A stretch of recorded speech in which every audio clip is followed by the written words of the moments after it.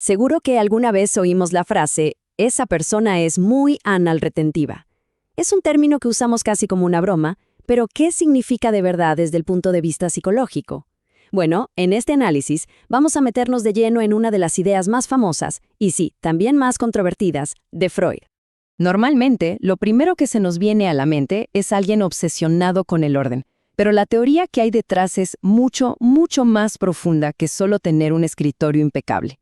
¿De dónde sale esta idea? ¿Y qué nos dice realmente sobre la personalidad de alguien?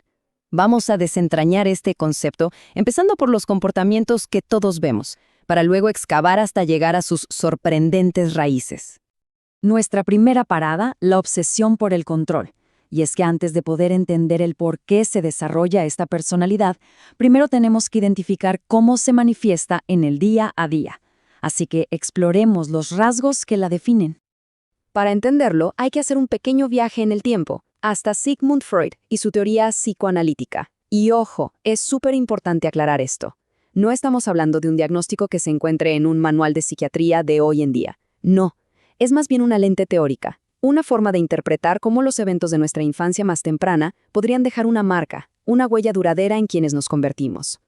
Bueno, ahora sí, vamos a mirar más de cerca. ¿Cuáles son exactamente esos rasgos principales? Vamos a desglosar los componentes clave que, según la teoría de Freud, forman este tipo de personalidad. Esta tabla es como nuestro mapa del tesoro. Fíjense en las 5 categorías clave: orden, control, posesión, perfeccionismo y hostilidad. Para cada una, la teoría freudiana propone rasgos bien específicos y una explicación simbólica que los une a una experiencia infantil. Es interesante ver cómo se conectan. Ahora sí, vamos a meternos de lleno en cada una, empezando por la más conocida de todas. Empezamos con el rasgo más estereotipado, la obsesión por el orden y la limpieza. Pero aquí es donde la cosa se pone interesante. La teoría sugiere que esto no es simplemente amor por la pulcritud, no. Se trata de un mecanismo de defensa llamado formación reactiva. En otras palabras, es como una rebelión psicológica contra los impulsos internos que se asocian con el desorden y la suciedad de esta etapa del desarrollo. A continuación, el control y la rigidez. Se podría pensar en esto como una batalla de voluntades que, de alguna manera, nunca terminó. Se manifiesta como una terquedad férrea, una resistencia a que otros impongan su voluntad.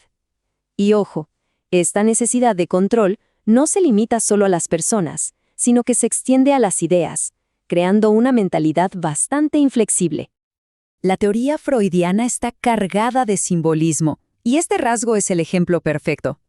Lo que postula es que el acto físico de retener de la infancia se transforma, se convierte en un acto simbólico en la edad adulta, la retención de dinero y de posesiones. Esto se puede manifestar como una frugalidad extrema o, en algunos casos, incluso avaricia. Y todo, según la teoría, viene de ese impulso original de no dejar ir. Y los dos últimos rasgos, el perfeccionismo y la hostilidad, están súper conectados. El perfeccionismo se convierte en una herramienta para manejar la ansiedad. Si cada detalle está bajo control, nada puede salir mal, ¿no?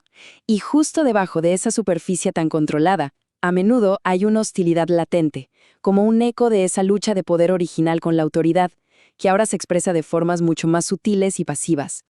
Ya vimos el qué, el orden, la rigidez, la posesión, pero ahora viene la pregunta del millón, ¿el por qué?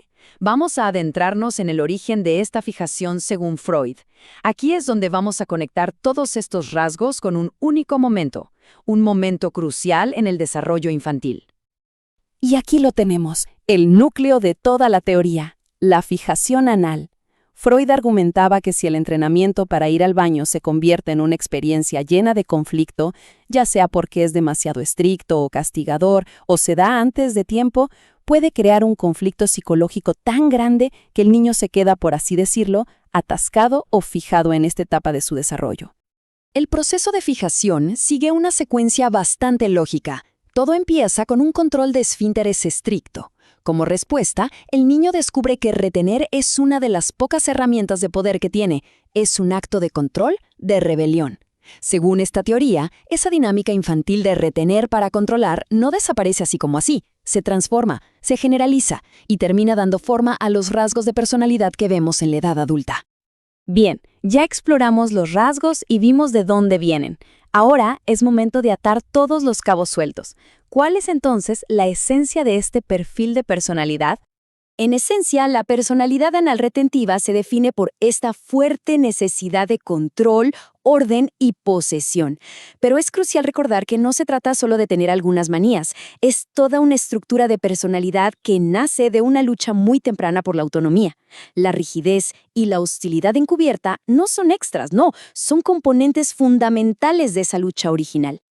Y para cerrar nuestro análisis, vamos a dejar una última pregunta en el aire. Una que demuestra que esta teoría es todavía más compleja de lo que parece. Hemos hablado de lo que pasa cuando el entrenamiento de esfínteres es demasiado estricto. Pero ¿qué pasaría si fuera todo lo contrario? Demasiado indulgente. Resulta que la fijación retentiva es solo una cara de la moneda. La teoría de Freud también describe a su opuesto, la personalidad anal expulsiva, que se caracteriza por el desorden y el caos. Esto nos deja con una idea fascinante. ¿Cómo dos enfoques de crianza totalmente opuestos podrían crear dos tipos de personalidad radicalmente diferentes?